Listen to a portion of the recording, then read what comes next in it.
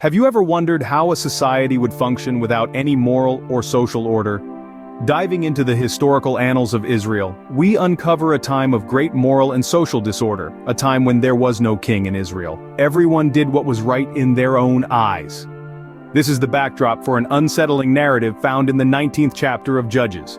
Our story begins with a Levite and his concubine. They embark on a journey, leaving the confines of Bethlehem and venturing towards the hill country of Ephraim. The landscape they traverse is as tumultuous as the societal norms they navigate, reflecting the disorder of an era without a king. The Levite and his concubine, two figures caught in the midst of this chaos, are unaware of the harrowing experiences that lay ahead. As night falls, they find themselves in the city of Gibeah, a decision that would lead to unimaginable consequences. In the city of Gibeah, the darkness of the night was about to reveal the depth of human depravity. A Levite and his concubine, weary from their journey, sought refuge in this city, a place they thought they could trust, for it belonged to the tribe of Benjamin. Their host, an old man, welcomed them with open arms, offering them shelter and kindness. But unbeknownst to them, this night would not be filled with rest, but with unimaginable horror.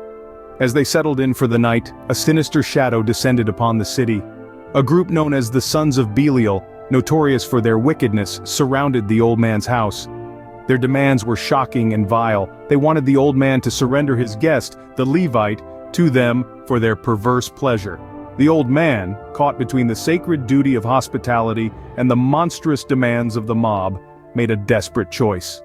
He offered his own virgin daughter and the Levite's concubine to the mob, hoping to protect his guest. The Sons of Belial, in their depravity, took the concubine and subjected her to a night of unspeakable violence. This horrific act was not just a crime against one woman, but a glaring spotlight on the moral decay that had taken root in the city. It was a night where human dignity was forsaken, and the concubine bore the brunt of this abhorrent lack of moral restraint.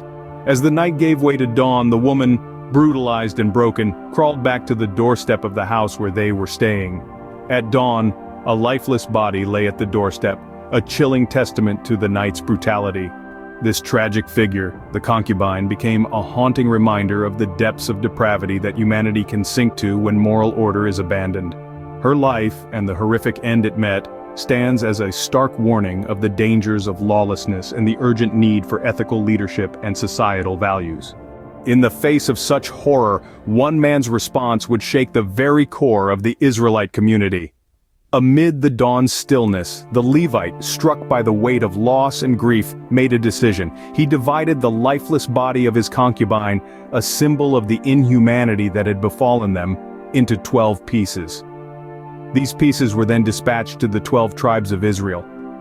This act was not just an expression of personal anguish, it was a call to collective responsibility for a society that had lost its way. The Levite's message was a resounding challenge to his people's inaction. It was a plea for them to acknowledge the evil that had transpired, to understand the depths of depravity that their moral anarchy had sunk to, and to act decisively to restore order and justice. The pieces of a shattered body sent across the land were a stark reminder of the cost of moral disorder. As we reflect on this disturbing narrative, what lessons can we draw from its grim pages? This story from Judges 19 is a stark reminder of the chaos that can ensue in the absence of moral order and leadership. It paints a grim picture of the dangers of dehumanization and violence where the other is reduced to an object of abuse and degradation.